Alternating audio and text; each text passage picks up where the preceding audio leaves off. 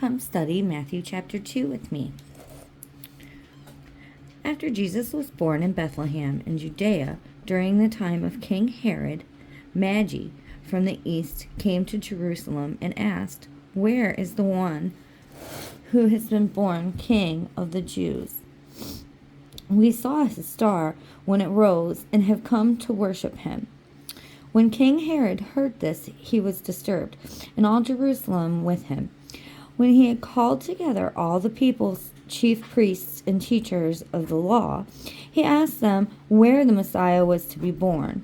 "In Bethlehem in Judea," they replied, "for this is what the prophet has written. But you, Bethlehem, in the land of Judea, are by no means least among the rulers of Judah. For out of you will come a ruler who will shepherd my people Israel." Then Herod called the Magi secretly and found out from them the exact time the star had appeared. He sent them to Bethlehem and said, "Go and search carefully for the child. As soon as you find him, report to me so that I too may go and worship him." After they had heard the king, they went on their way, and the star they had seen when it rose went ahead of them until it stopped over the place where the child was. When they saw the star, they were overjoyed. On coming to the house, they saw the child with his mother, Mary, and they bowed down and worshipped him. Then they opened their treasures and presented him with gifts of gold, frankincense, and myrrh. And having been warned in a dream not to go back to Herod, they returned to their country by another route. So the first thing that we're going to do is we are going to underline King Herod, because there are several Herods in the Bible, so it's important that we know the differences between them. Also, we have prophecy, and this is from Micah 5:2-4.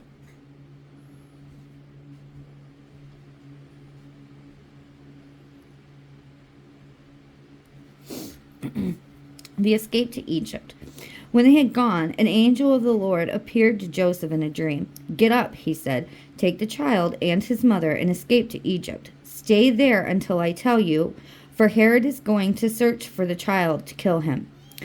So he got up, took the child and his mother during the night, and left for Egypt, where he stayed until the death of Herod. And so was fulfilled what the Lord had said through the prophet, "Out of Egypt I called my son." When Herod realized that he had been outwitted by the Magi, he was furious, and he gave orders to kill all the boys in Bethlehem and its vicinity who were 2 years old and under, in accordance with the time he had learned from the Magi. Then what was said through the prophet Jeremiah was fulfilled. A voice is heard in Ramah, weeping and great mourning, Rachel weeping for her children and refusing to be comforted because they are no more. So here we have two prophecies. This one is Hosea 11:1.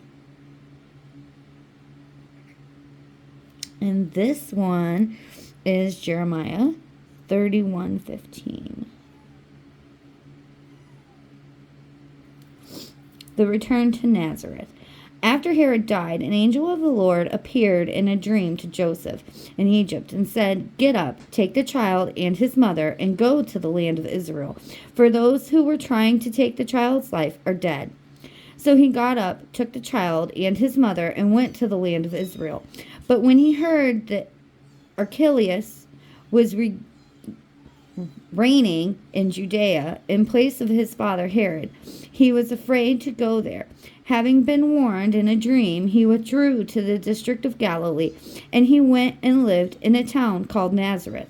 So was fulfilled what was said through the prophet, that he would be called a Nazarene. And that one is Isaiah 43.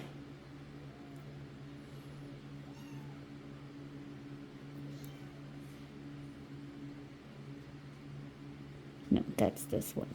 So that it doesn't give me a reference for what that one is. So I'm going to get our highlighters and highlight the parts that stand out to us.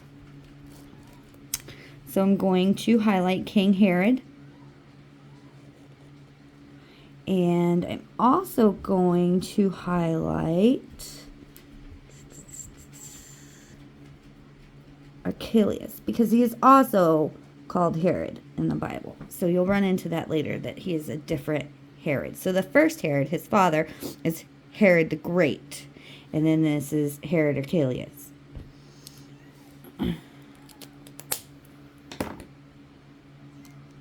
Then I'm going to mark all of the prophecies.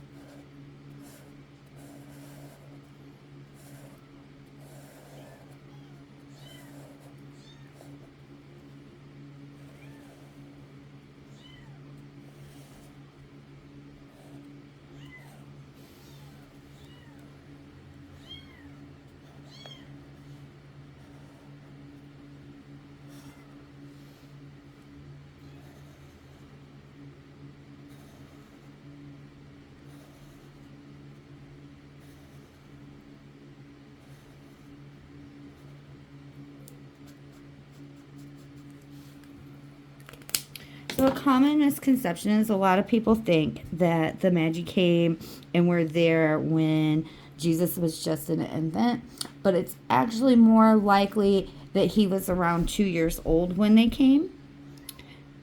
So I'm going to make a note about that in my notes.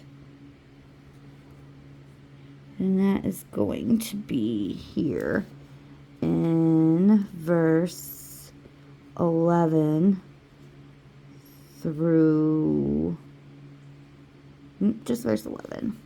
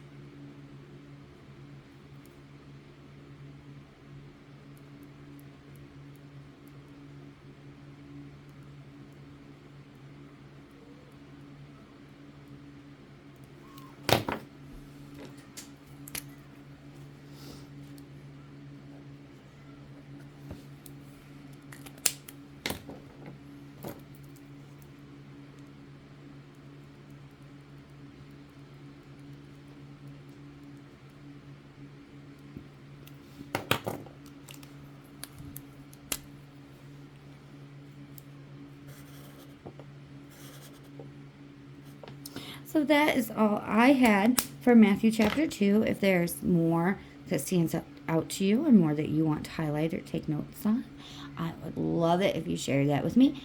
And I hope that you enjoyed this Bible study video. Thank you for joining me.